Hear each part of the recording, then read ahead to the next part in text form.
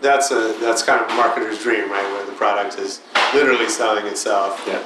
What about? I mean, I'm sure not all the games that you're handed are like that. And so, give us, talk us through. You got a dog, and you got to market it anyway. So there was definitely a lot of putting lipstick on a pig in my day, which is just the nature of the business. And you Can you tell us one? Yeah, you can. I cannot. I do not want to throw anybody under the bus, but you do what you can. I mean, with the mobile app, it still always comes down to somebody's just blindly coming into the app store, with a Disney product or anything. You're still going to get downloads initially. Brand drives a lot.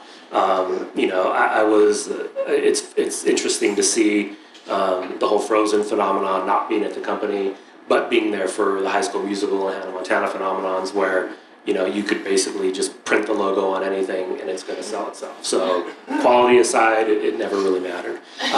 But you start with the basics, and when people are coming into the store, they're going to see your icon, they're going to see your screenshots, they're going to see the things that they always assess that are wildly important still. I mean, going back to console games in front of box and seeing that box on a shelf at a Target or Walmart, to now it's the icon, that's your basically front of box, and you still got to create something that's still sexy and still looks good, and while the gameplay may not be there and it may not be as good, and you might have had to rush it out the door to meet a film date or to do this or the other, you can still sex it up in that way, still promote it equally. It still comes down to the brand at that point. For something that's non-branded, again, you can still make sure that it looks good, it's presentable, and that it's, you're doing as good of a job as you can.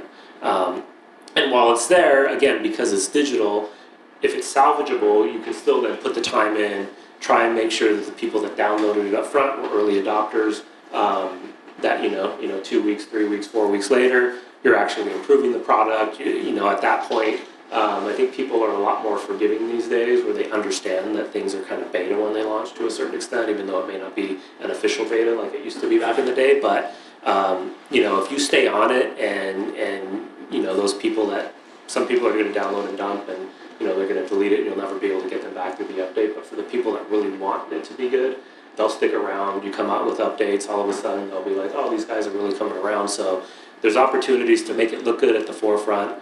Kate, stay on it as long as it makes financial sense to kind of keep to try and bring that audience back, and hopefully again that'll work in your favor, where they'll appreciate that, and then hopefully that turns into the word of mouth, the social, and everything else that comes with it.